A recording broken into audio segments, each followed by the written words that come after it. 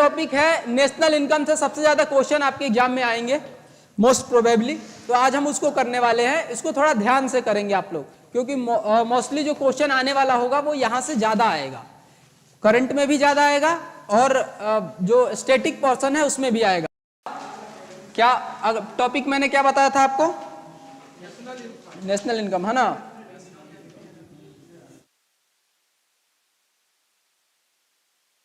National income, है ना? क्या होता है इसका मतलब?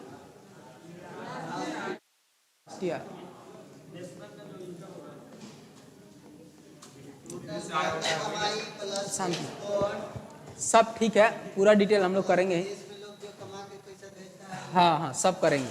अच्छा ये बताइए, good afternoon to everyone, class को लाइव कीजिए, है ना? नेशनल इनकम सबसे पहले किसने स्टार्ट किया था आप लोगों को कुछ? तो ध्यान रखेंगे, पहला एक पॉइंट लिख लेंगे जो सबसे ज्यादा इंपॉर्टेंट है। ये सब 3-4 पॉइंट स्टार्टिंग वाला, इससे क्वेश्चन ऑब्जेक्टिव में आ सकता है। सबसे पहले किए थे, फिर क्या क्या फॉल्ट था समझाएंगे। शांत रहेंगे आप लोग, पूरा हम अच्छे से आज स्टोरी बताएंगे इस पे। हाँ हाँ, लिखेंगे, पहला एक पॉइंट देके लिखेंगे आप लोग। अब प्रथम बार, हिंदी वाले पहले लिख लेंगे, प्रथम बार राष्ट्रीय आय की गणना, प्रथम बार राष्ट्रीय आय की गणना भारत में, प्रथम बार राष्ट्रीय आय की गणना भारत में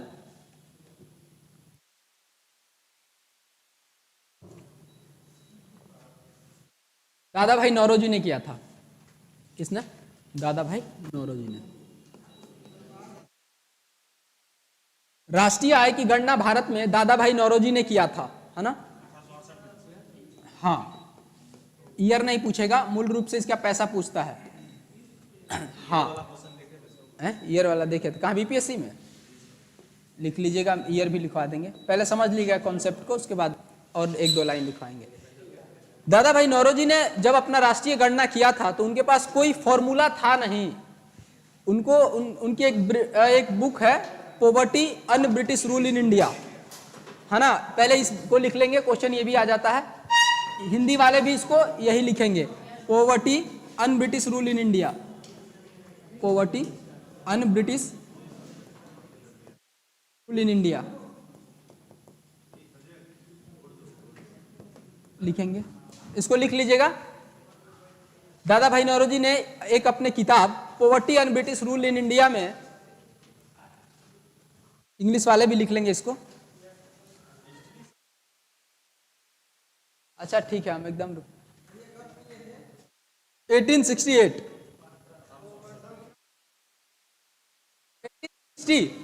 1860 बुक 1860 में पब्लिश हुआ था। 1860, हाँ, राष्ट्रीय आय के बारे में पहले लिखेंगे, समझाते हैं कॉन्सेप्ट, क्या ब्लंडर किया था उन्होंने, क्यों गलती हुई थी, पूरा डिटेल बताएंगे। लिख लेंगे, क्वेश्चन आता है इस बुक से आता है, लिख। हाँ नहीं 1860 लिखिए, बुक 1860 में पब्लिश हुआ था। 1860 में इस बुक को लॉन्च किया था इन्होंने, लिख लिए। हाँ, दादा भाई नौरोजी लिखे ऊपर, देखिए ना। अब लिखेंगे, दादा भाई नौरोजी ने poverty and British rule in India में भारत की आय लगभग प्रति व्यक्ति 20 रुपए बताया था, प्रति व्यक्ति 20 रुपए बताया था, मात्र 20 रुपए। दादा भाई नौरोजी ने अपने पुस्तक poverty and British rule in India, और ब्रैकेट में लिख देंगे 1860, 1860 में जो बुक पब्लिश हुआ था उसमें यह बताया कि भारत का राष्ट्रीय आय, प्रति व्यक्ति आय जो है वो 20 रुपया है, प्रति व्यक्ति आय 20 रुपया है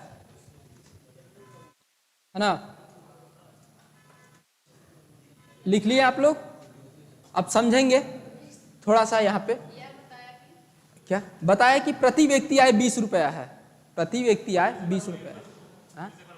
फिर से बोले, दादा भाई नौरोजी ने अपने book poverty un British rule in India में भारत का प्रति व्यक्ति आय 20 रुपए बताया,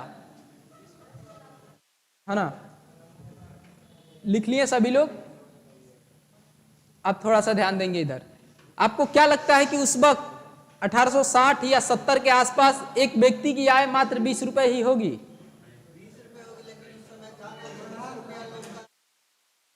नहीं, समझते हैं, समझ जाइए, शांत रहिए, हम बताते हैं। आपका कहना अलग है, लेकिन ये कॉन्सेप्ट ये था कि उस वक्त जो भारत की स्थिति थी 1860-70 में, वो बेहतर स्थिति में था भारत पैसों के मामले में, क्योंकि हमारा जो स्पाइसेस था, मसाला आप जानते हैं पूरे वर्ल्ड में ट्रेड हुआ करता था। हम उस वक्त बहुत बेहतर थे, इकोनॉमिकली बहुत बेहतर थे। तो कुछ विद्वानों ने कहा कि दादा भाई नौरोजी से ध्यान से सुनेंगे, याद हो जाएगा स्टोरी से आप लोगों को, इसीलिए स्टोरी बता रहे हैं। कुछ विद्वानों ने कहा इनसे कि आप किस आधार से बोल रहे हैं कि 20 रुपया है? तो इन्होंने तुरंत उठाया कि इतने किसान हैं और इतना उत्पादन हुआ।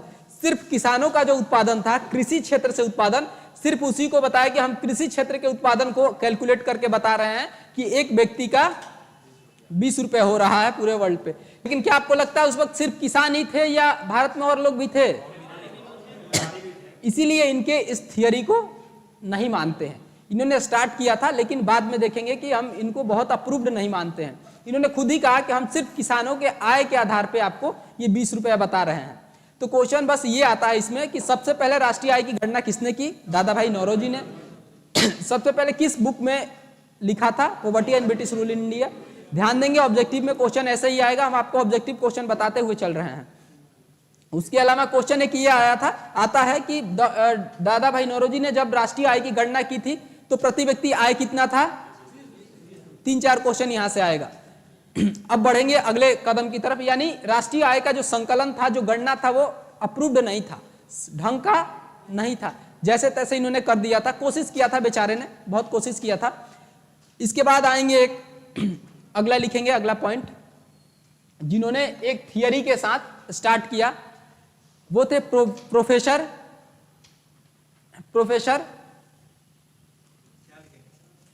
लिखिए ना, प्रोफेसर के.आर.बी. राव। प्रोफेसर के.आर.बी. राव ने वैज्ञानिक तरीके से राष्ट्रीय आय की सर ऑनलाइन वाले पर ध्यान दीजिएगा खुशबू रानी, बिल्कुल ऑनलाइन वाले पे ध्यान है, बोर्ड पे ध्यान दे रहे हैं भाई। वैज्ञानिक तरीका से सबसे पहले राष्ट्रीय आय की गणना किया प्रोफेसर के.आर.बी. राव ने। वैज्ञानिक तरीके से राष्ट्रीय आय की गणना किया।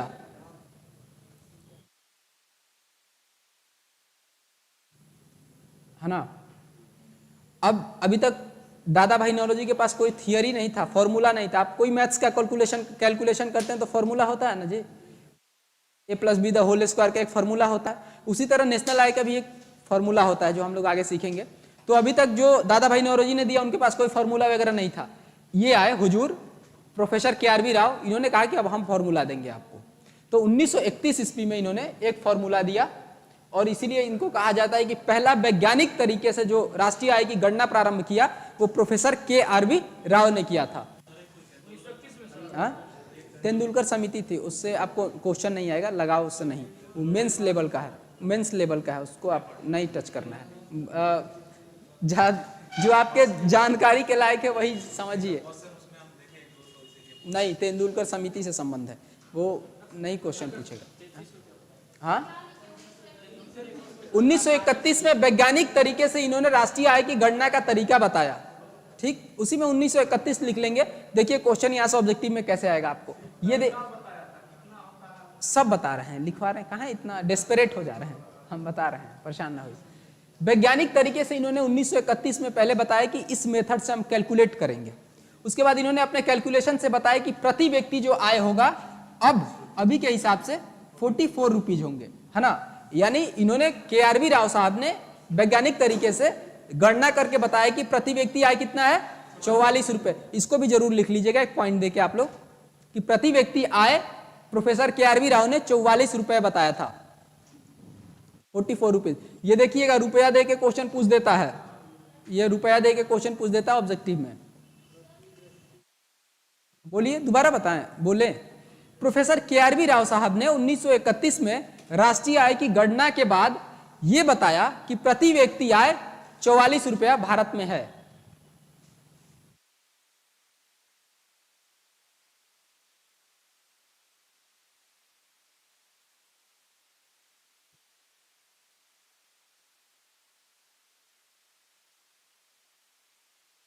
पूछना है, पूछिए ना, कुछ पूछना है आपको? तो अभी पूरा जब बजट पढ़ाएंगे तब बताएंगे, ब्लंडर मत करिए।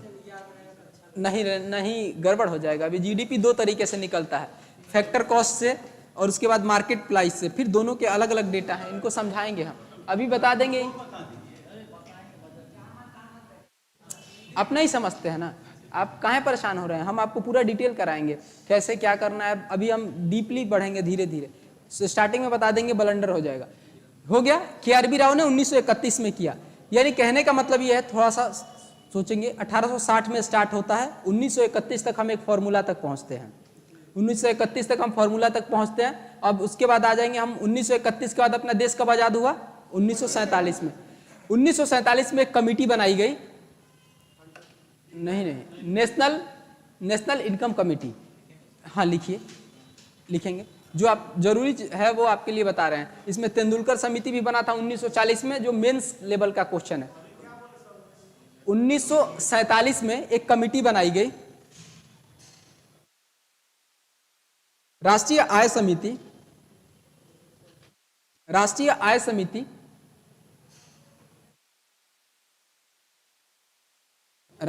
समिति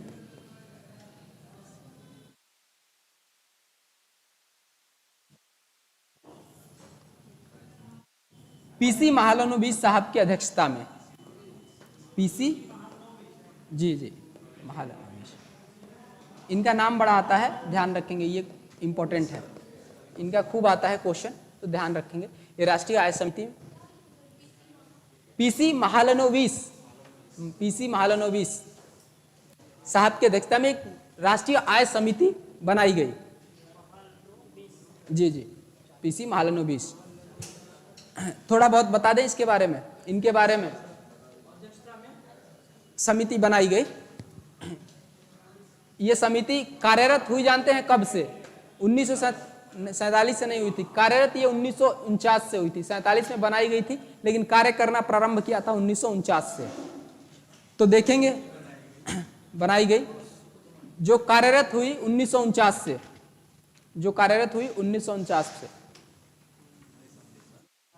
कार्य करना प्रारंभ किया 1949 से।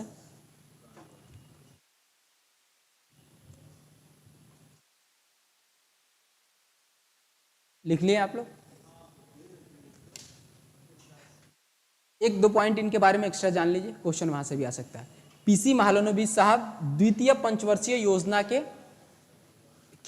भी अध्यक्ष रहे हैं। पंचवर्षीय योजना आप लोग जानते हैं, ध्यान रखेंगे, यदि इनसे क्वेश्चन आएगा तो PC महालनोबिस द्वितीय पंचवर्षीय योजना के भी अध्यक्ष रहे हैं। कहा जाता है उसको महालनोबिस मॉडल बोला जाता है। उसके अलावा नेहरू जी के साथ भी इनके संबंध बहुत अच्छे रहे हैं। जवाहरलाल नेहरू इनको अपने आर्थिक सलाहकार के रूप में समझते थे। कोई भी समस्या होता था अर्थ से रिलेटेड, तो इन्हीं से वो सजेशन लेते थे। तो जो द्वितीय पंचवर्षीय योजना है उसको कहा जाता है नेहरू महालनोबिस मॉडल। द्वितीय पंचवर्षीय योजना के बारे में कहा जाता है नेहरू महालनोबिस मॉडल। तो एक दो लाइन एक्स्ट्रा लिख लेंगे, क्या पता आपके एग्जाम में आ गया। एक दो पॉइंट एक्स्ट्रा इनके बारे में लिख लेंगे पॉइंट बना के। क्या कार्यरत हुआ था, ये कार्य करना समिति प्रारंभ किया था 1949 में, कार्यरत करना प्रारंभ कर दिया था समिति ने। अपना कार्य करना समिति के मेंबरों ने कि कैसे काम करेंगे। लिखिए, आइए, 50 नहीं 49 है, गलत दिया हुआ है। कहाँ, कौन से बुक में दिया हुआ है? बुक दिखाइएगा, गलत है वो। आइए लिख लेंगे इसको। PC महालनोबिस साहब ने, PC महालनोबिस पहले लिखेंगे जवाहरलाल नेहरू के आर्थिक सलाहकार के रूप में कार्य करते थे। PC महालनोबिस साहब जवाहरलाल नेहरू जी के आर्थिक सलाहकार के रूप में कार्य करते थे। इनसे क्वेश्चन खूब आता है।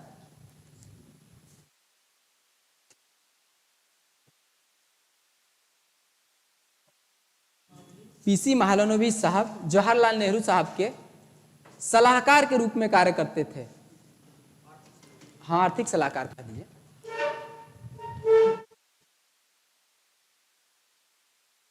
एक पॉइंट और देंगे उसके नीचे, एक पॉइंट और देके लिखेंगे इसको, थोड़ा हाईलाइट कर लीजिएगा, महालनोबिस साहब वाला, इनसे क्वेश्चन आता है। सर कल समझ में नहीं था, आज आ रहा है कुछ पूरा।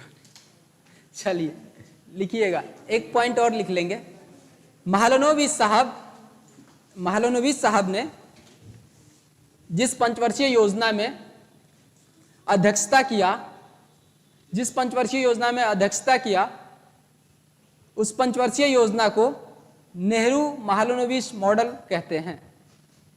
नेहरू महालनोबिस, उस पंचवर्षीय योजना को नेहरू महालनोबिस मॉडल कहते हैं। अच्छा, धीरे धीरे बोलेंगे, बिल्कुल धीरे धीरे बोलेंगे। अच्छा, आराम से बोल रहे हैं। चलिए लिखिएगा, दोबारा हम रिपीट कर दे रहे हैं 3-4 बार, बस आप लोग शांति से सुनिए, हम एक ही बात को 3।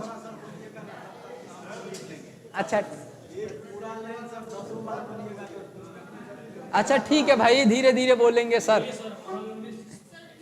इसी महालनोबिस साहब ने, लिखिएगा ध्यान से सुनिए, आप लोग शाउटिंग मत करिए, बस सुनते रहिए। पीसी महालनोबिस साहब ने जिस पंचवर्षीय योजना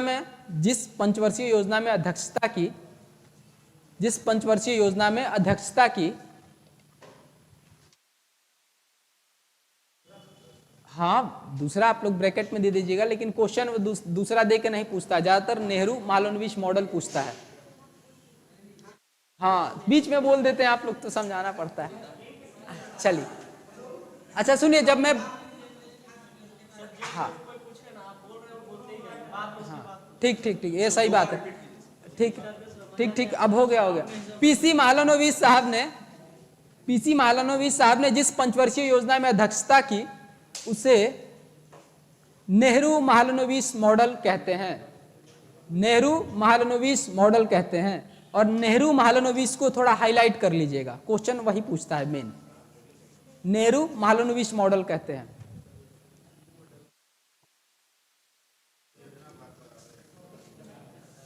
दोबारा बोल दे या हो गया? अब देखिए, जो मूल रूप से क्वेश्चन आता है, ध्यान देंगे ऑब्जेक्टिव कैसे आते हैं। ये पूछ देता है कि नेहरू महालनोबिस मॉडल किससे संबंधित है, और उसमें 4 ऑप्शन दे देगा। ठीक, तो आपको देखना होगा, उसमें ये दे देगा कि वित्तीय समस्या से, या वित्तीय समस्या दे देगा, राजनीतिक समस्या दे देगा, पंचायत समस्या देगा, तो आपको क्या मारना है? वित्तीय समस्या। पंचवर्षीय योजना तो देगा ही, क्वेश्चन में ही दे देगा। नीचे दे देगा कि किस समस्या से, तो आपको मारना है फाइनेंशियल इश्यूज, है ना, यानी वित्तीय समस्या से। मेन क्वेश्चन यही पूछता है, क्योंकि नेहरू जी से कंट्रोवर्शियल जब होता है ना, जब चुनाव आता है, तो नेहरू जी से कंट्रोवर्शियल क्वेश्चन खूब आते हैं।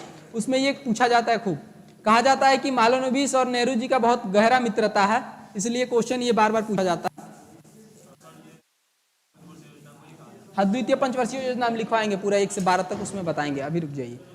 अगला नेशनल इनकम पढ़ रहा है ना, पंचवर्षीय योजना में घुसेंगे तो डीप जाना होगा। अब देखिए, आइए, राष्ट्रीय आय में 4 चीज होता है। अब ध्यान से देखेंगे यार, ये बहुत जरूरी है। जीडीपी, जीएनपी, एनडीपी, एनएनपी, इन चारों को पहले लिखिए, इसका फुल फॉर्म क्या होता है। मेन आपका कोर पॉइंट यही है।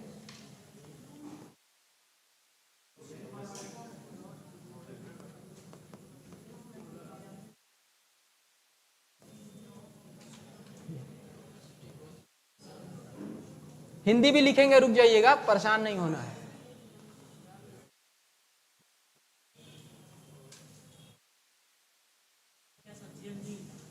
हाँ, जीएनपी है, एनडीपी है, इसको मिस नहीं करना है, सभी लोगों को बता रहे हैं, इसको खूब ध्यान से देखना है। डोमेस्टिक प्रोडक्ट आपके एग्जाम का सबसे ज्यादा यूजफुल यही कंटेंट है।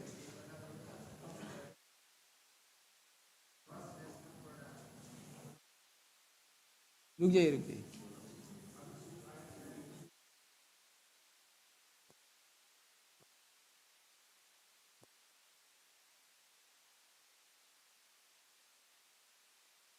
हिंदी बोल दे रहे हैं, इंग्लिश लिख भी हैं, लेकिन इंग्लिश भी आपको लिखना है, सभी हिंदी वालों को फुल फॉर्म पूछ देता है। स्पेलिंग्स तो समझ में आ रहा है ना सबको?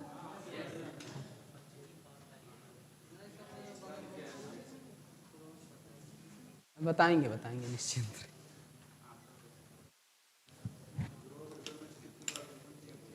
ग्रॉस डोमेस्टिक प्रोडक्ट है ये, है ना, यानी सकल घरेलू उत्पाद। इसका हिंदी होता है सकल घरेलू उत्पाद। पहला का हिंदी लिखेंगे सकल घरेलू उत्पाद,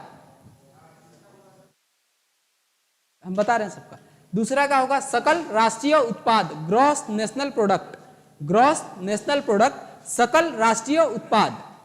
तीसरा होता है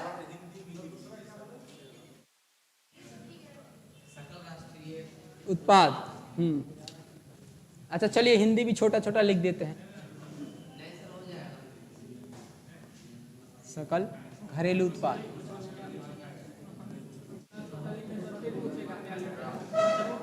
तो बोल ही रहे हैं, हम तो बोल ही रहे हैं, हिंदी तो लिख लीजिएगा आप लोग। चलिए बोल रहे हैं, अच्छा यहां लिख देते हैं, यहां तो समझ में आ जाएगा ना, सकल घरेलू उत्पाद।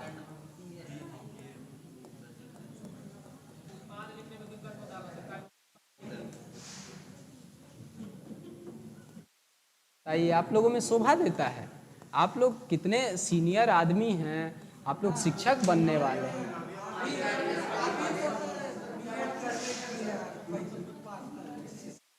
अरे वो बात सही है, फिर भी आप लोग शिक्षक बनने वाले हैं ना।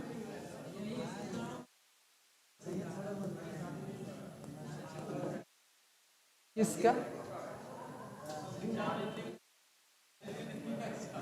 एक बात जान लीजिए, आप लोग सभी लोगों को कह रहे हैं कि जो अभी बेरोजगारी का दायरा है ना, ये शिक्षक का अपॉर्चुनिटी बहुत अच्छा है।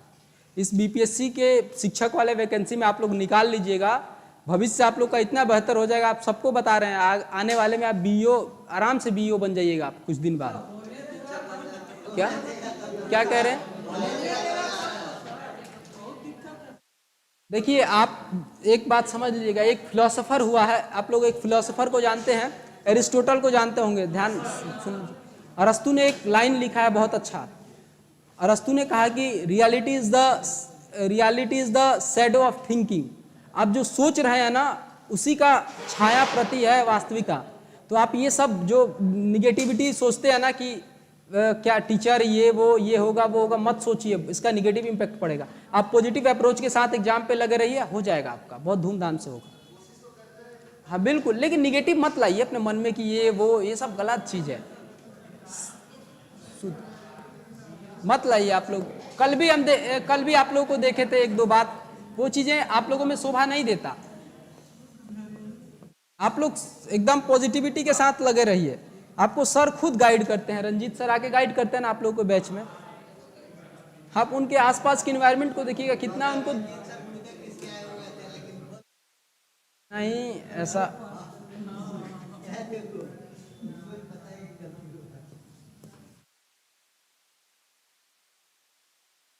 वो बात ठीक है, बट हमारे हाथ में क्या है, मेहनत करना ना।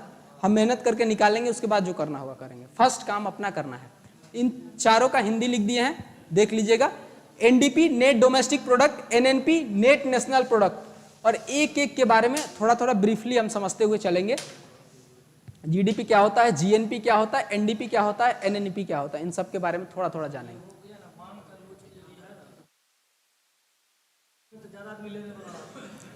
कुछ नहीं होता, निकालने वाले लोग इसमें भी निकालेंगे और नहीं निकालने वाले। जिस वक्त मेरा जेआरएफ का रिजल्ट हुआ था, पूरे इंडिया में 68 लोग सिलेक्ट हुए थे और मेरा ऑल इंडिया रैंक 29 था। क्या फर्क पड़ता है, क्या फर्क पड़ता है? आप रगड़ के लगिए ना, कैसे नहीं होगा जी? कौन कहता है रिजल्ट नहीं होगा?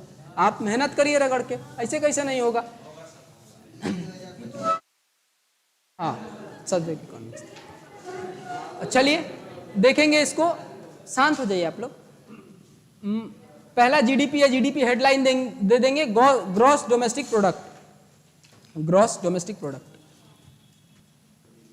ये वर्ड आप लोग, हमें लगता है कि कोई ऐसा व्यक्ति नहीं होगा जो अपने जीवन काल में नहीं सुना होगा। सुने ना?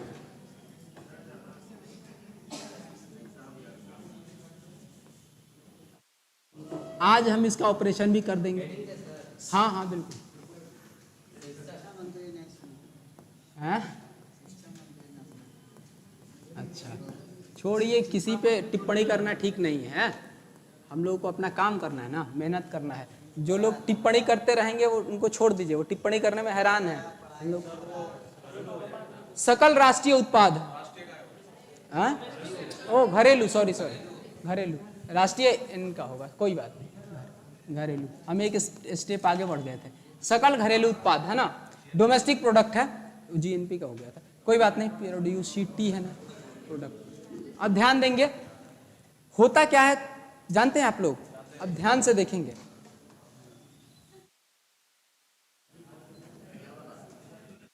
सपोज करिए ये भारत है, आपको आप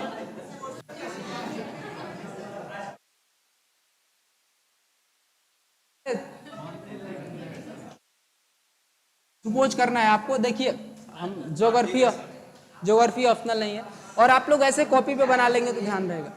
भारत क्षेत्र में, शांत रहिए चुपचाप, अब आप लोग भारत क्षेत्र में जितना वस्तुएं हैं उनके कुल उत्पादन का जो मूल्य होगा वो क्या हो जाएगा, जीडीपी हो जाएगा।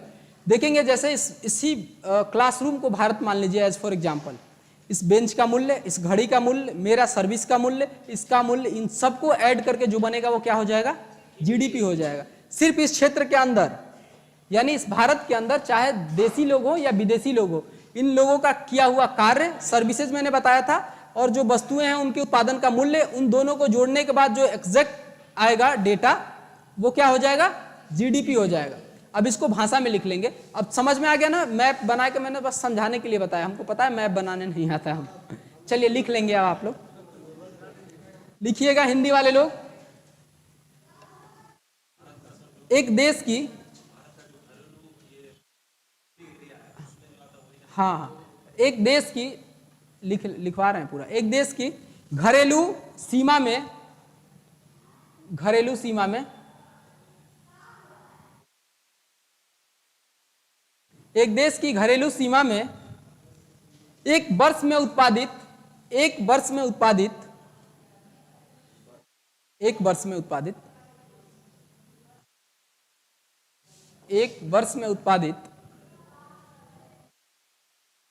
सभी अंतिम वस्तुओं, सभी अंतिम वस्तुओं एवं सेवाओं का, एवं सेवाओं का, सेवाओं का बाजार मूल्य, बाजार मूल्य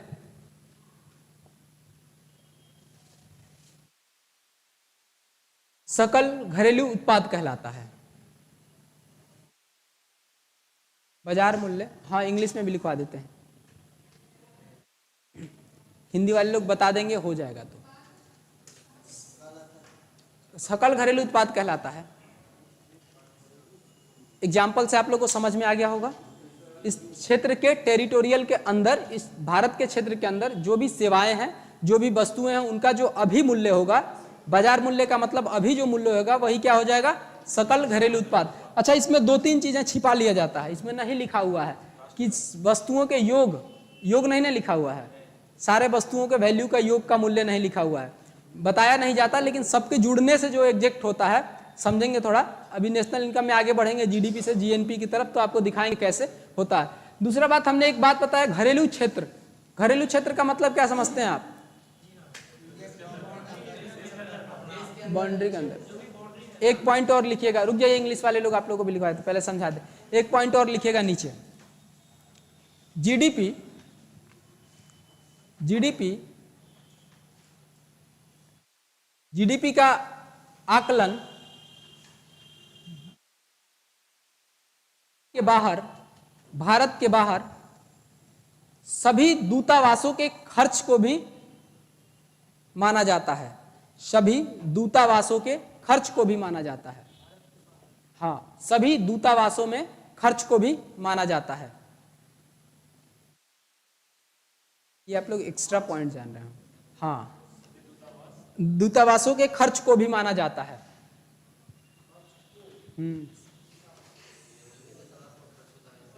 खर्च, जो भी वहां खर्च होता है, व्यय, सबको समझे इस पॉइंट को, जीडीपी के अंदर आ जाए, समझे बात,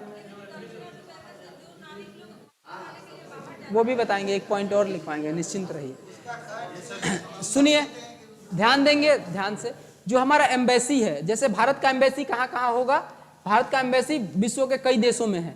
जैसे मान लीजिए भारत का एम्बेसी जो है मतलब दूतावास वो अमेरिका में है, तो अमेरिका में के दूतावास के अंदर जो खर्च होगा ना वो भी कहाँ ऐड होगा? भारत के जीडीपी में। ध्यान रखेंगे, जब अपना दूतावास किसी देश के साथ खोला जाता है तो वहां के सरकार के साथ हमारे एक कंसेंट लेटर सिग्नेचर होता है, जिसमें कहा जाता है कि उस दूतावास क्षेत्र के अंदर सारे राजनैतिक और सारे आर्थिक अधिकार जो होंगे किसके पास सीमित होंगे? भारत सरकार के पास सीमित होंगे। हाँ, सब दूतावास रॉ, इट्स एक्सेप्शन, रॉ जो रहते हैं वो लोग तो किसी फॉर्म में रहते हैं, वो अलग चीज है। वो तो सब चीज इस दूतावास के अंदर जो भी खर्च हो रहा है ये सब कहाँ ऐड होगा? हमारे जीडीपी में। जितने भारत के दूतावास बाहर में हैं, चाहे वो श्रीलंका हो, चाहे वो जापान हो, चाहे वो रसिया हो, चाहे वो अमेरिका हो, इन सभी दूतावास के खर्च कहाँ ऐड होंगे? भारत के जीडीपी में। ध्यान रखेंगे, ये एक पॉइंट आता है, थोड़ा सा डीप चला जाएगा और पूछ देगा कि हमारे दूतावास का खर्च जीडीपी में ऐड होता है या नहीं होता है, तो क्या मारना है आपको? होता है। ठीक, एक पॉइंट और आपको लिखना है, एक पॉइंट और लिखेंगे। सब भारत के तटीय क्षेत्र से, भारत के तटीय क्षेत्र से, इंग्लिश वाले लोग को भी लिखवा देंगे, रुक जाइएगा थोड़ा सा समझा दे। भारत के तटीय क्षेत्र से 14 नॉटिकल माइल, कितना सर? ज्योग्राफी वाले सर बताए होंगे ना? 14 नॉटिकल माइल तक तटीय क्षेत्र से लेके, भारत के तटीय क्षेत्र से 14 नॉटिकल माइल समुद्री क्षेत्र तक का हिस्सा, 14 नॉटिकल माइल समुद्री क्षेत्र का हिस्सा भारतीय क्षेत्र माना जाता है। भारतीय क्षेत्र माना जाता है।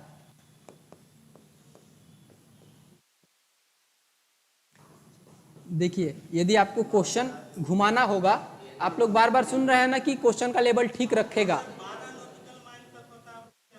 12 नॉटिकल माइल, 12 से 14 तक होता है तटीय क्षेत्र के हिसाब से, कहीं 12 से 14 तक होता है। हम सबसे ज्यादा वाला लिखवा दिए। हाँ, तटीय क्षेत्र से 12-14, कहीं 12 है कहीं 14, मतलब 14 तक होता है अपने हिसाब से, जिस सरकार के साथ जो समस्या है। जैसे श्रीलंका हमारे नजदीक आ जाता है तो उसमें कम हो जाता है, तो लगभग 14 नॉटिकल माइल माना जाता है, लगभग। तो हमने 14 लिखवा दिया है। हाँ, क्या? सॉरी, वो भारतीय क्षेत्र का हिस्सा माना जाएगा, बता रहे हैं, समझा रहे हैं। अब देखिए हुआ क्या, 1 पॉइंट कुछ किलोमीटर होता है, वो ज्योग्राफी वाले सर से पूछ लीजिएगा। सुनिए, 1 पॉइंट कुछ होता है, 1.08 या समथिंग कुछ होता है। ध्यान देंगे, मेन कॉन्सेप्ट पे ध्यान देंगे। जो क्वेश्चन पूछेगा ये कि भारत का कोई, मतलब क्वेश्चन का लेवल डीप करेगा, तो भारत का कोई मछुआरा, ऐसे क्वेश्चन दे देता है, भारत का कोई मछुआरा समुद्री क्षेत्र में जाता है जिसकी मतलब जिसकी लंबाई, या ये दे देगा जिसकी दूरी भारत के क्षेत्र, तटीय क्षेत्र से 5 नॉटिकल माइल है, तो जो मछली पकड़ेगा वो भारत के जीडीपी में ऐड होगा या नहीं होगा? क्या होगा? होगा। समझ गए? आपके क्वेश्चन का आंसर मिल गया। तो ध्यान रखेंगे, ऐसे जब क्वेश्चन का लेवल खूब हाई करेगा तो यहां तक पहुंचेगा। नॉर्मल पूछेगा तो नहीं जाएगा, जीडीपी पूछ देगा, खूब पूछेगा तो जीडीपी के बारे में पूछेगा क्या होता है, या ये पूछ देगा कि भारत में एक ऐसी कंपनी है जो विदेश की कंपनी है, जैसे में मान लीजिएगा चाइना की कोई कंपनी है, हाँ, कोको कोला कंपनी है, वो भारत में यदि अपना फैक्ट्री खोलता है तो उसके बिक्री को हम जीडीपी में ऐड करेंगे या नहीं? तो करेंगे। आसान क्वेश्चन पूछेगा तो ऐसा पूछेगा, और डीप ले जाएगा तो ऐसा क्वेश्चन पूछ सकता है, इसलिए मैंने आपको एग्जाम्पल दे दिया है। हाँ, क्या जी? सब आ जाएगा 12 नॉटिकल माइल। हाँ, 14 नॉटिकल माइल पे। और कुछ इंटरनेशनल हमारा कॉपरेशन भी है आईआर में, कि जैसे कोई देश बिल्कुल नजदीक है तो हम लोग आधा आधा बांट लेते हैं, तो वो एक्सेप्शन में आता है, वहां से क्वेश्चन नहीं आएगा।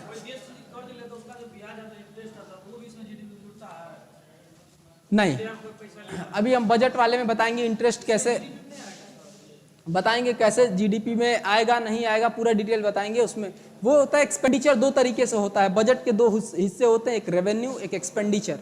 जब हम लोन लेते हैं वो रेवेन्यू में आ जाएगा, जब हम लोन देते हैं वो एक्सपेंडिचर में आएगा, जब हम इंटरेस्ट देते हैं वो एक्सपेंडिचर में आ जाएगा, जब हम इंटरेस्ट लेते हैं वो रेवेन्यू में आ जाएगा। ये सब वहाँ बताएंगे आपको बजट में कैसे ऐड होगा। और बजट क्या है, बजट जो है वो जीडीपी का ही पार्ट है, तो बजट में आएगा तो वो जीडीपी में भी आएगा, लेकिन बताएंगे आपको कि कैसे सरकारें चालाकी से उसको जीडीपी से दूर रखती हैं। अभी समझेंगे हम, पूरा समझेंगे, आप परेशान मत होइए, पूरा डीप हम इसको समझाने वाले हैं। हमें इंस्ट्रक्शन है रंजीत सर की तरफ से कि इस चैप्टर को डीपली कराना है, ठीक। तो हम पूरा बीपीएससी में जो पढ़ाते हैं यूपीएससी में उस लेवल लेके जाएंगे।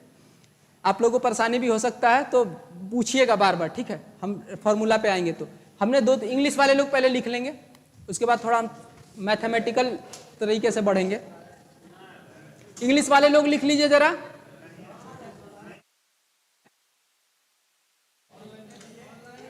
नहीं कोई था पीछे से, अच्छा शांत हो जाइए आप लोग शिक्षक हैं, राइट टू इक्वालिटी फॉलो करिए, गड़बड़ बात है। लिखिएगा GDP is the market value of, GDP is the market value of final goods and services. इसमें दिमाग इधर उधर मत करिएगा, ये बढ़िया कॉन्सेप्ट है। Final goods and services produced with in a country, produced with in a country, है ना, एक क्षेत्र का, that's called gross domestic product, that's called gross domestic product. अब ध्यान देंगे, यहां एक लाइन और सिखा रहे हैं जो आपको हमने कहा जीडीपी, ध्यान देंगे यहां पे, ये वाला पॉइंट सबसे जाने। इसमें क्या है, ग्रॉस, और दूसरा क्या है डोमेस्टिक। का मतलब क्या होता है, घरेलू। सारा कॉन्सेप्ट का बलंडर हो जाएगा, इसको ध्यान नहीं देंगे तो। घरेलू का क्या मतलब हुआ कि घर के अंदर, समझ गए ना, घर के अंदर यानी भारतीय क्षेत्र के अंदर, भारतीय क्षेत्र के अंदर। अब जहां डी आ जाए बीच में ग्रॉस के बाद, आपको समझ लेना है कि ये पूरे भारतीय क्षेत्र के अंदर की बात हो रही है ना। हाँ, ये पूरे भारतीय क्षेत्र के अंदर की बात हो रही है। अब आते हैं अगला जीएनपी, पहले थोड़ा थोड़ा बताएंगे, फिर जीडीपी जीएनपी में अंतर बताएंगे, फिर दोनों के बीच में फॉर्मूला बताएंगे। GNP gross national product, gross national product.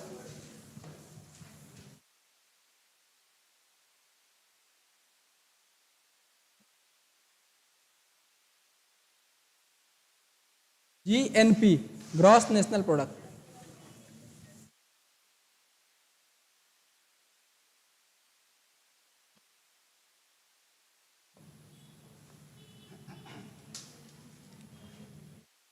क्या अंतर है, हम डोमेस्टिक से कहां आ गए, हम इसमें क्या कह रहे थे कि सिर्फ हमारे घर में आने वाले लोग जो होंगे, हम उन्हीं की बात करेंगे, हमारे क्षेत्र में आने वाले लोग होंगे, उन्हीं के प्रोडक्शन के बारे में बात करेंगे। ये हो गया एन। एन मतलब क्या होता है, नेशनल से कुछ आपको याद आता है, राष्ट्रीयता, यानी हम कहीं भी रहें अपने देश के लिए काम करेंगे, समझ गए।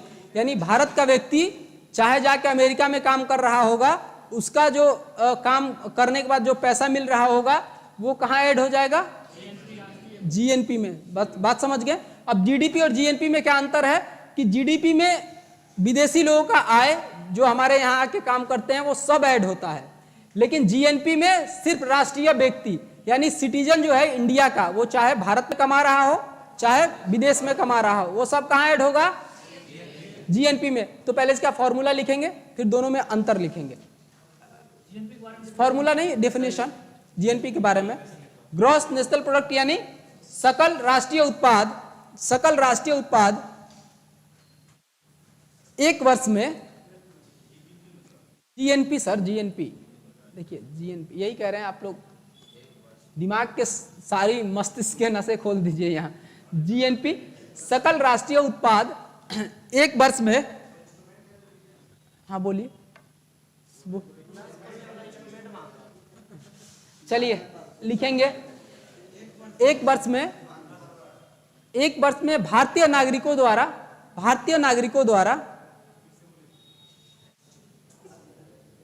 सकल राष्ट्रीय उत्पाद एक वर्ष में भारतीय नागरिकों द्वारा कुल उत्पादित वस्तु एवं सेवाओं का, कुल उत्पादित वस्तु एवं सेवाओं का कुल उत्पादित वस्तु एवं सेवाओं का आकलन है। वस्तु एवं सेवाओं का आकलन है। दोबारा बोले, चलिए दोबारा बोलते हैं। सकल राष्ट्रीय उत्पाद एक वर्ष में भारतीय नागरिकों द्वारा कुल उत्पादित वस्तु एवं सेवाओं का आकलन है। ठीक। जीएनपी का क्या मतलब हुआ?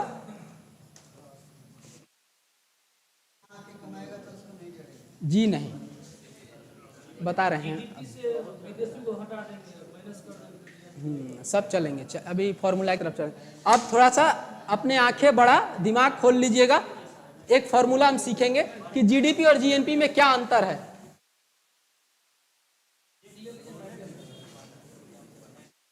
अब थोड़ा शांत हो जाइए आप लोग, अब फॉर्मूला मिस मत करिएगा। ये आपको अपने जीवन में स्कूल में भी काम आएगा, है ना। देखिए जीडीपी और जीएनपी दो चीजें हैं। हमने आपको बताया कि जीडीपी में डोमेस्टिक होगा और एन में नेशनल होगा। यानी इसमें आप देख रहे हैं कौन लोग ऐड हो जा रहे हैं? विदेशी इनकम, फॉरेनर जो इंडिया में कमा रहे हैं, विदेशी व्यक्ति, हिंदी में लिखते हैं ज्यादा, विदेशी व्यक्ति का भारत में आए,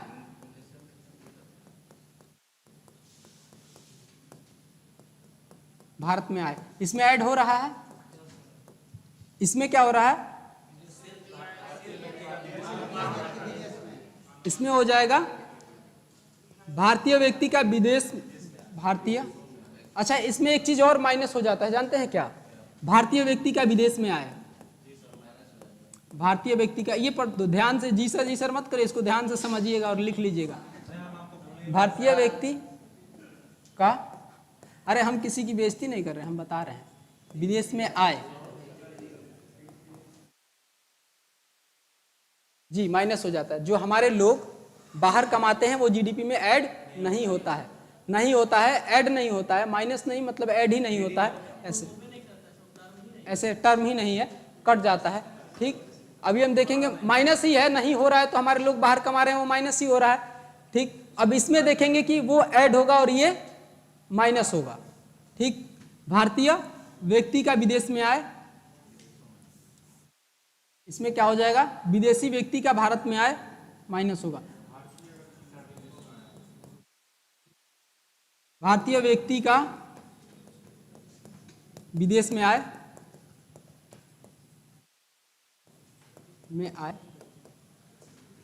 ये होगा प्लस, और विदेशी व्यक्ति का भारत में आए,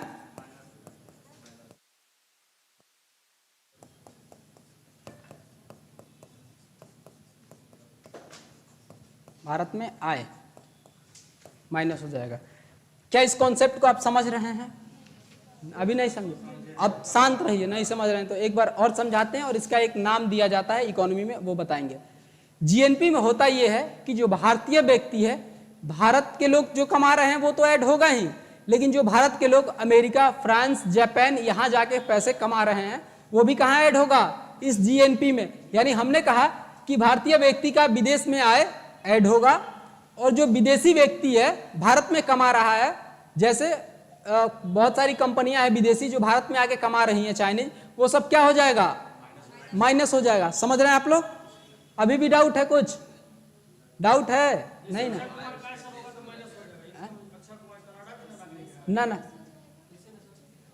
इसमें ना देखिए, एक बार और ध्यान से समझेंगे, जीडीपी क्या है कि भारत में देशी हो विदेशी हो कोई भी हो, बस भारत में हो तो उनके सभी जो सेवा है और उत्पाद है उन सबके वैल्यू को ऐड किया जाएगा जीडीपी में।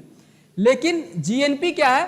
भारत का व्यक्ति होना मस्ट है, यानी यदि भारतीय व्यक्ति है वो देश में कमा रहा हो या विदेश में कमा रहा हो, उसके सेवा और वस्तुओं का मूल्य ऐड होगा। समझ गए बात आप लोग? अब इसको लिख लेंगे ऐसे जीएनपी में, और इसको एक नया नाम देते हैं। पहले ऐसे बनाएंगे अपने, तो इसमें सर जीडीपी भी ऐड हो जाएगा ना? किसमें? जीएनपी में क्यों जीडीपी ऐड होगा? ये देखिए ऐसे लिखेंगे ना, जीएनपी इक्वल टू जीडीपी में प्लस भारतीय व्यक्ति का विदेश में आय और माइनस विदेशी व्यक्ति का भारत में आय। अभी समझे या नहीं समझे? अभी भी पहले इसको अभी भी डाउट है आप लोगों को? डाउट है क्या? हाँ बोलिए।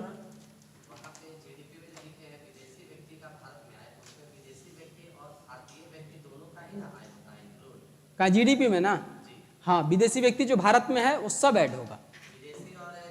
हाँ, दोनों ऐड होगा जीडीपी में, लेकिन भारत के क्षेत्र में होना चाहिए बस।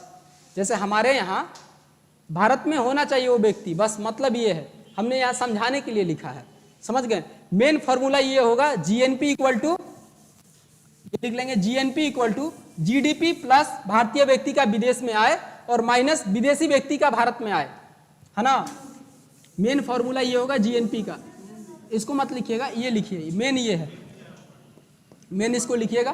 फिर इसको हम समझा रहे हैं वो भी लिखवाएंगे, इसको लिखिए। अभी भी कंफ्यूजन है जी? इतना आसान तरीके से बता दिए, ऐसे समझ लीजिए ना। ज्यादा दिक्कत हो रहा है तो ऐसे समझिए। हमारा बुआ का लड़का है, वो जाके अमेरिका में सेट हो गया, एक बात, सिटीजन हो गया अमेरिका का। वो अमेरिका से आया, भारत में कमा रहा है हम, ठीक है? तो वो कहाँ ऐड होगा? जीडीपी में। और हम अमेरिका जाके कमा रहे हैं तो वो कहाँ ऐड हो जाएगा? जीएनपी में। समझ गए बात? यानी हम भारतीय हैं, हम जाके अमेरिका कमा रहे हैं, कहाँ ऐड हो जाएगा? जीएनपी में। और वो जब आके भारत में कमाएगा वो जीडीपी में। ठीक है, समझ गए आप लोग?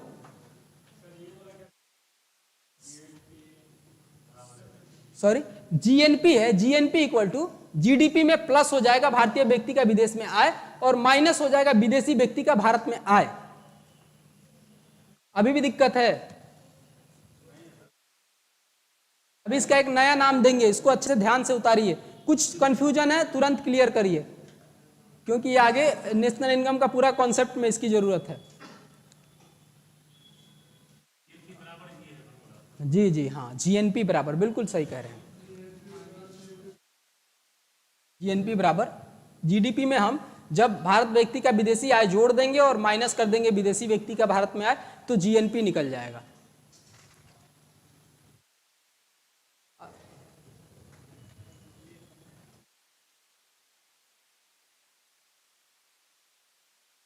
कुछ कंफ्यूजन है पीछे आप लोगों को? अब थोड़ा ध्यान से देख लेंगे। ये वाला जो सेक्शन है, इसको एक वर्ड से यूज किया जाता है इकोनॉमिक्स में, बोला जाता है एनएफआई, कहा जाता है net factor income. Net factor income,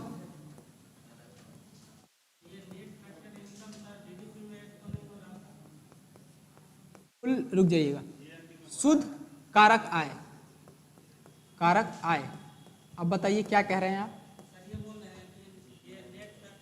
net factor जो जीडीपी में नहीं, नेट फैक्टर आय जो है ना, नेट फैक्टर इनकम, ये दोनों टर्म को बोलते हैं। जब प्लस कर दिया जाता है और माइनस कर दिया जाता है तो हर जगह इसको दोनों को नहीं लिखा जाएगा, सीधे एनएफआई लिख देंगे। इसका मतलब हो गया कि ये माइनस हो गया और ये जुड़ गया, ठीक है? एनएफआई लिख देंगे, यानी कुल कारक आय।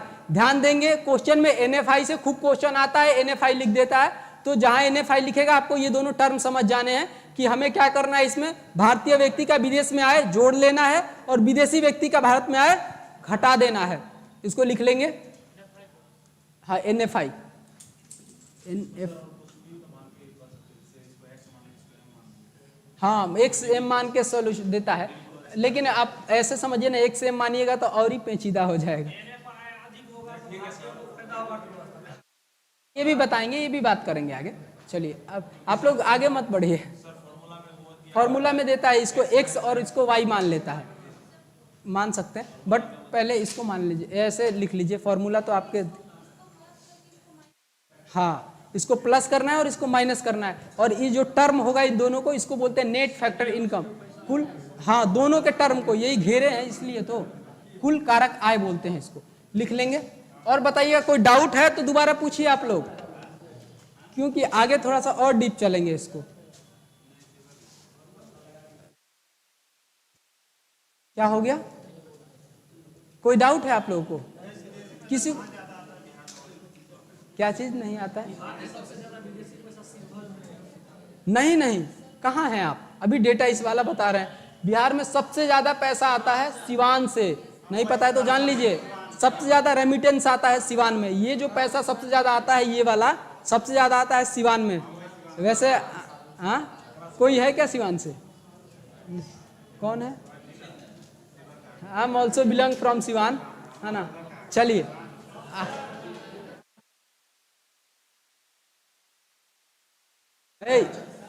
चलिए आगे बढ़ा जाए।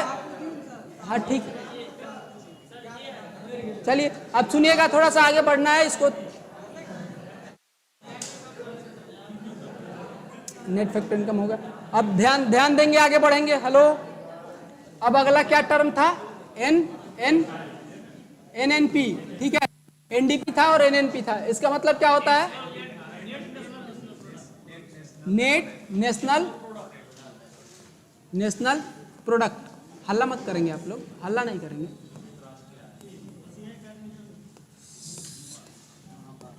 आप लोग थोड़े देर में हल्ला करते हैं। अब राष्ट्रीय उत्पाद, अभी आप लोगों ने देखा था। ध्यान से यहाँ केयर करेंगे जरा, ध्यान से यहाँ से ध्यान देंगे। ये बताइए, अभी तक आपने देखा था कि एन और डी वाला बदल रहा था, नेशनल और डोमेस्टिक बदल रहा था। अभी पहला बदल गया। या एनडीपी एनएनपी दोनों पढ़ना है? एनडीपी बता दें पहले।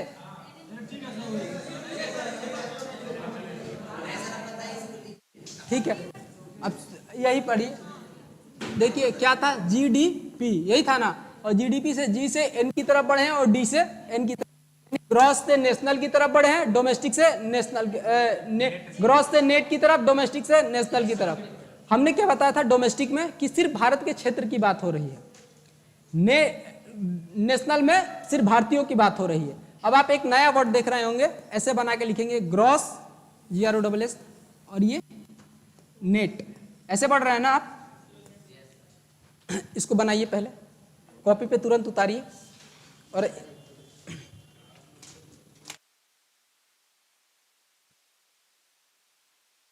एक ये टर्म और NFI, ये दोनों बहुत इंपॉर्टेंट है, यही सबसे ज्यादा पूछा जाता है।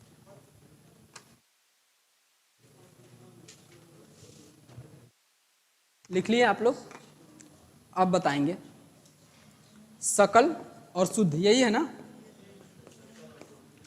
इसके बारे में आप लोग जानता है कोई? जी बताइए।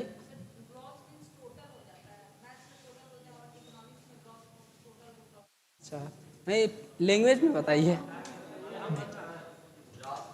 देखिए ये मेरा घड़ी है, सपोज करेंगे ये मेरा घड़ी है। जब मैंने इसको खरीदा था तो 6000 में खरीदा था, आज से 6 महीना 7 महीना पहले। लेकिन जब मैं अभी इसे बेचने जाऊंगा, इसकी मूल्य क्या होगी बाजार में? 2000 या 1500। यानी जितना हमने यूज कर लिया इसको, उतना मूल्य क्या हो गया? घट गया। तो ये ग्रॉस जब मैंने खरीदा था घड़ी तब का मूल्य है, और ये नेट जो है अभी का मूल्य है। समझ गए आप? यानी ग्रॉस में से क्या घटा देंगे? मूल्य ह्रास। कितना हमारा मूल्य गिर गया वही हो जाएगा नेट। यानी इसमें से क्या घटाना होगा? मूल्य ह्रास। इसको इंग्लिश, हाँ जी, वृद्धि, वो टर्म अलग है। वृद्धि ब्लंडर हो जाएगा, वृद्धि मत पढ़िए, वो दूसरे इकोनॉमी में होता है। आपको भारतीय इकोनॉमी पढ़िए। कुछ चीजों में होता है, जैसे पोखराज, सोना, इन सब पे होता है, वो चीजें अलग है, वहां नहीं पढ़ना, वो एक्सेप्शन है, एक्सेप्शन है, वहां नहीं ऐड करेंगे। आप इसको समझिए, कॉन्सेप्ट ये है। कुछ जैसे कुछ वस्तु है, पोखराज जानते होंगे आप लोग, सोना, पोखराज, सोना, कुछ मेटल्स हैं जिनमें क्या होता ये है कि उनको खरीदने के बाद जब बेचने मार्केट में जाइएगा ना, तो उनका मूल्य ज्यादा होता है, कभी कम नहीं होता है। तो वो सब एक्सेप्शन में आते हैं, वो सब एक्सेप्शन में आते हैं। ये ग्रॉस एग्जैक्ट मतलब ये हुआ कि जो आपने अभी सामान खरीदा है और इसके बाद जब आप बेचने जाएंगे कुछ दिन बाद, तो उसका मूल्य गिरा हुआ मिलेगा। सेम मूल्य पे तो आप बेचेंगे नहीं, इसीलिए जो पैसा घटेगा वही होता है मूल्य ह्रास, ग्रॉस से नेट की तरफ। समझे? या एक और एग्जांपल दूं मैं? चलिए अब एक और एग्जांपल देख लेंगे। यहाँ पे सपोज करेंगे मेरा एक दोस्त था है मान लीजिए। अब ध्यान से सुनेंगे, मत डाइवर्ट मत करिए, आप लोग भूल जाएंगे। एक मेरा दोस्त था, वो मेरे साथ तैयारी किया करता था, उसका रिजल्ट नहीं हो रहा था तो उसने छोड़ दिया। अपने पापा से जाके बोला कि पापा मैं बिजनेस करना है, 2 लाख रुपए दे दो। उसके पापा ने उसे 2 लाख रुपए दिए। उसने किया ये कि इस 2 लाख रुपए का एक वेगनॉर कार खरीदा, वेगनॉर कार, है ना। अब ध्यान देंगे इस पे ज्यादा। अब चला के इसको क्या करने लगा, ये भाड़े पे चलाने लगा। 2 लाख का खरीदा था कार। इसने एक साल में हर महीने 20-20 हजार कमाता था। हर महीने 20-20 हजार कमाता था, यानी 12 महीने में कितने कमा लेगा, 2,40,000। 2,40,000, हाँ ठीक है, 2,40,000 कमा लिया। अब उसका एक साल बाद मन उब गया, उसने कहा कि अब कार को बेच ही देते हैं। तो अभी तक उसने 2,40,000 कमाया। ये 2 लाख का जो कार खरीदा था, जब इसको मार्केट में ये बेचने जाता है तो ये बिकता है मात्र 80,000 में। कितना में, 80,000 में। इसका मतलब अब हम आपसे ये पूछें कि इसको टोटल बेनिफिट कितना हुआ, तो आप क्या बताएंगे, ऐसे बताएंगे, शांत शांत, 2 लाख, शांत शांत, हम समझा रहे हैं। 2,40,000 इसने कमाया, लेकिन इस कार में से कितना माइनस किया इसने, 1,20,000, है ना। 2,40,000 और माइनस 1,20,000, कितना आएगा बताइएगा, 1,20,000। क्या अभी आप समझे, यानी जो उसका कुल बेनिफिट हुआ, शुद्ध आय जो हुआ, नेट इनकम, नेट प्रॉफिट, वो क्या हुआ, 1,20,000। समझ गए आप लोग, या अभी भी डाउट है किसी को? अब डाउट नहीं होना चाहिए जिस हिसाब से मैंने एग्जांपल दिया है, ठीक। अब समझ गए होंगे ग्रॉस और नेट में क्या अंतर है। ग्रॉस का मतलब क्या हो जाएगा, ये 2,40,000 और 2 लाख दोनों ऐड करके कहेगा कि अभी मेरे पास पूंजी कितने का है, 4,40,000 का। लेकिन सही बात यह है कि उसके पास पूंजी कितने का है, 1,20,000 का। 1,20,000 क्या हुआ, माइनस हो गया, डेप्रिसिएशन हो गया, मूल्यह्रास उसका घट गया। समझ गए आप लोग। अब आइए नेक्स्ट कॉन्सेप्ट की तरफ। नहीं समझा है क्या कोई?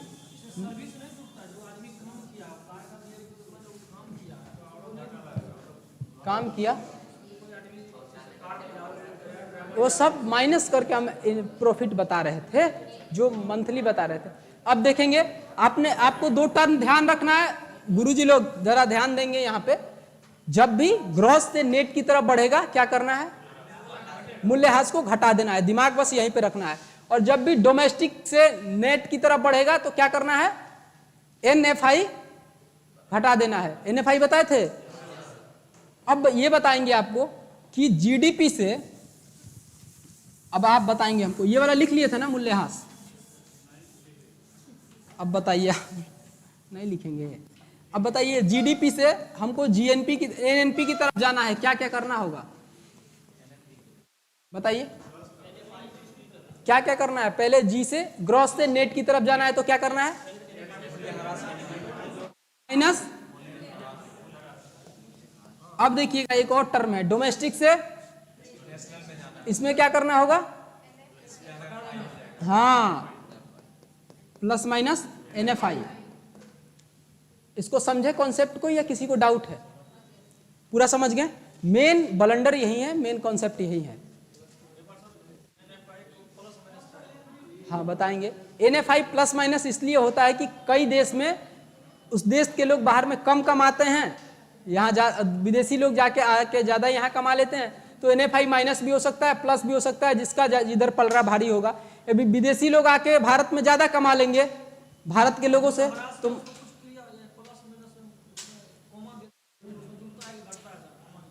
कोमा दे दिए हैं, दोनों करना पड़ेगा आपको, मूल्यह्रास भी घटाना पड़ेगा। देख नहीं रहे हैं, G से N की तरफ जा रहे हैं तो क्या घटाएंगे, पहले मूल्यह्रास घटाएंगे, फिर डोमेस्टिक से नेशनल की तरफ जाएंगे तो आपको क्या करना पड़ेगा, NFI प्लस या माइनस करना पड़ेगा। कॉन्सेप्ट समझे आप लोग, या डाउट है? अभी डाउट है, बोलिए। आप बाद में आई हैं क्या, स्टार्टिंग से नहीं थी? बोलिए, डाउट है तो बताइए, पूछिए, बताते हैं उसको भी कॉन्सेप्ट को। प्लस माइनस हमेशा NFI को प्लस माइनस लिखा जाता है भारत में हमेशा। हाँ बोलिए, बोलिए, फिर से समझा देते हैं। देखिए हमने नॉर्मल सा, हाँ तो मैंने नॉर्मल ये बताया कि आपको बहुत दिमाग नहीं लगाना है, वर्ड पे जाएंगे, जीडीपी से एनएनपी की तरफ जा रहे हैं, यानी ग्रॉस से नेट की तरफ जाना है। तो मैंने क्या कहा था, ग्रॉस से नेट की तरफ जाने के लिए क्या माइनस करना है, मूल्यह्रास। हमने मूल्यह्रास माइनस कर दिया। फिर आप देख रहे हैं कि यहाँ डोमेस्टिक है यानी घरेलू, और इधर है नेशनल, है ना। तो जो घरेलू से नेशनल की तरफ जाएंगे तो क्या माइनस करना है, मैंने सिखाया था आपको फॉर्मूला में, क्या मैंने कहा था कि विदेशियों का भारत में जो आया है उसको घटाना है, हाँ, और भारतीयों का विदेश में जो आया है उसको जोड़ना था। और उस टर्म को मैंने क्या कहा था,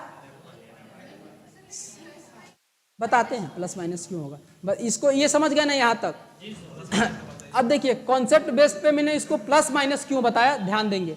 जैसे नेपाल जैसा देश है, नेपाल में विदेशी कंपनियां कम जाती हैं और नेपाल के लोग विदेशों में जाके ज्यादा कमाते हैं, तो वहां क्या हो जाएगा, एनएफआई प्लस हो जाएगा, हाँ, और भारत में क्या हो जाएगा, माइनस हो जाएगा। इसलिए ये इकोनॉमी है ना, इकोनॉमी तो सिर्फ इंडिया के लिए है नहीं, तो सारे देशों के लिए अलग अलग फॉर्मूला होता है। इसलिए मैंने इसको वैसे भारत के लिए तो सिर्फ प्लस ही होगा, लेकिन मैंने पूरा कॉन्सेप्ट को बताया है, प्लस माइनस दोनों लिखा जाता है। भारत का बात आएगा तो प्लस ही होगा, लेकिन हमने सोचा कि आपको फॉर्मूला ही बता दे कि यदि दूसरे देश का भी बहुत आगे आपको डीप में कहीं से क्वेश्चन पूछ दे भविष्य में, या आप लोग को पढ़ाना है, किसी ने पूछ दिया, तो आप इसको अच्छे से एक्सप्लोर कर पाए, है ना। हाँ, इंडिकेट हमेशा प्लस माइनस से ही किया जाता है फॉर्मूला में, क्योंकि घट भी सकता है और बढ़ भी सकता है। ठीक, इसको लिख लेंगे जरा, इसको ये वाला लिखेंगे, ये वाला एनएनपी होगा सर, एनडीपी वाला अभी सीखेंगे। एनडीपी वाला आसान है, इसलिए मैंने सोचा पहले एनएनपी बता दो। एनडीपी तो बहुत आसान है। लिख लिया इसको, आप लोगों ने लिख लिया? किसी को डाउट है, अभी भी डाउट है तो पूछ लीजिए।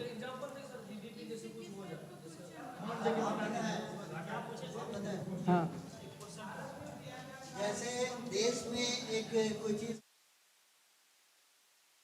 कैलकुलेट कर लिया सभी चीजों का, तो 5 साल के बाद उसका मूल्यह्रास होगा, तो उसको जो अभी जितना भी प्रोडक्ट है इंडिया के अंदर वो आपका जीडीपी है, ठीक है, तो उसमें से 2 साल के बाद 5 साल के बाद जो उसका मूल्यह्रास होगा उसको घटा देंगे। अब एनएफआई जो है तो किस साल बढ़ सकता है, किस साल घट सकता है, तो जब बढ़ेगा तो उसको प्लस वाला यूज कर लेंगे और जब घटेगा तो उसको माइनस वाला। हाँ, बता, वही यही तो मैं इन लोगों को बता चुका हूँ, है ना। आप ठीक है, एग्जाम्पल, अभी एग्जाम्पल बढ़ेंगे, हम बढ़ेंगे एग्जाम्पल की तरफ। इसको पहले आप लोग लिखिए, अभी एग्जाम्पल मूल वहीं जाना ही है, क्वेश्चन वहीं से आता है मेन। इसको लिख लिए आप लोग पूरा अच्छे से अपने भाषा में लिख लेंगे, ठीक। उसके बाद थोड़ा यहाँ पे समझेंगे हम लोग। अभी एक बदलाव हुआ है मोदी जी के आने के बाद एनएनपी में, उसको थोड़ा देखेंगे ध्यान से, क्या बदलाव हुआ है। लिख लिया सभी लोगों ने, आगे बढ़ा जाए। आप मार्केट में क्या चीज आपको दिखाया जाता है, जब सरकारें बोलती हैं तो क्या बताती हैं कि जीडीपी ग्रोथ इतना है, जीडीपी ग्रोथ इतना है। क्या ये जीडीपी सही होता है? जीडीपी एक शो ऑफ सैंपल दिखाने के लिए आपको बताया जाता है। रियलिटी क्या होता है? एनएनपी। राष्ट्रीय आय किसको मानते हैं? पहले एक पॉइंट दे के नीचे लिखेंगे, नेशनल इनकम, एनएनपी शुद्ध राष्ट्रीय उत्पाद को कहते हैं। राष्ट्रीय आय एनएनपी को कहते हैं, शुद्ध राष्ट्रीय उत्पाद को कहते हैं। हाँ, चल शुरू से बोल रहे हैं। राष्ट्रीय आय एनएनपी को कहते हैं। एनएनपी का फुल फॉर्म लिख लेंगे ब्रैकेट में, एनएनपी को कहते हैं। ऑनलाइन वाले लोग सर इनमें सब्सिडरी को घटा देंगे, नहीं समझेंगे। अरे सब्सिडरी तो एक्स्ट्रा चीज है, लिख लिए आप लोग। अब आपसे कोई पूछे, ध्यान देंगे कि राष्ट्रीय आय क्या होता है, तो आप क्या बताएंगे? एनएनपी। ध्यान रखेंगे, क्वेश्चन आया हुआ है, राष्ट्रीय आय किसको कहते हैं? GDP, GNP, NNP, NDP. तो क्या टिक करना है आपको? एनएनपी। ध्यान रखेंगे, मूल क्वेश्चन यही था, आपको बताने के लिए सारा ये समझाया गया है। अब एक चीज और बदलाव हुआ 1 जनवरी 2015 से, मोदी जी के आने के बाद। पहले एनएनपी फैक्टर कॉस्ट पे कैलकुलेट होता था, अब होता है मार्केट प्राइस पे। तो आपको पहले ये समझना होगा कि फैक्टर कॉस्ट और मार्केट प्राइस क्या होता है, फिर हम लोग एनएनपी को एमपी मार्केट प्राइस पे सीखेंगे कि क्यों बदलाव हुआ, क्या अंतर हुआ था, थोड़ा सा हम लोग इसको जानेंगे। तो तो एक पॉइंट पहले एनडीपी सीख लेते हैं, उसके बाद वो बता देंगे, है ना। एनडीपी पहले सीख लेते हैं। ये सब लिख लिए आप लोग, सीख ये इसमें सीख गए ना सारा डिटेल। हाँ अच्छा लीजिए, हमने कहा एनडीपी, अब आसान हो गया होगा आपको, वैसे आप खुद ही लिख लेंगे इसको। क्या बोलते हैं इसको? Net domestic product.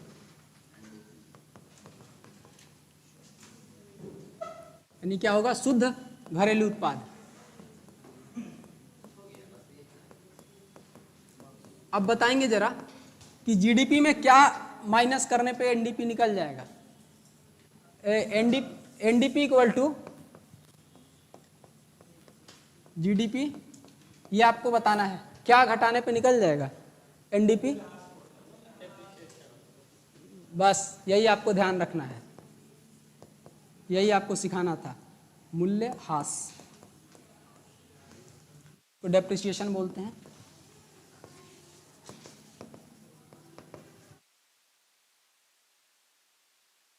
साढ़े 4 तक ही क्लास है ना आप लोगों का? मेरा फिर क्लास है, इसके बाद लगातार 6 बजे तक क्लास है। क्या ये आप लोग समझ रहे हैं? एनडीपी, एनडीपी समझ गए? एनडीपी में क्या करना है आपको? बस जीडीपी में से क्या घटा देना है? मूल्यह्रास घटा देना है। क्वेश्चन दे देगा कि जीडीपी, एनडीपी में और जीडीपी में क्या अंतर है, और 4 ऑप्शन दे देगा। मूल कारक आय, मूल्यह्रास, या और plus minus subsidy plus minus.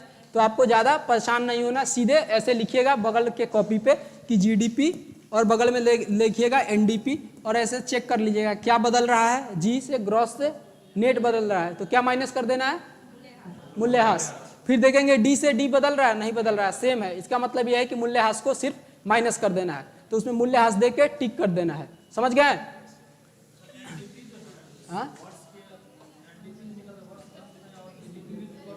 हाँ, सब वर्ष के अंत में ही निकलता है। बस वो सर ये इकोनॉमिक्स ने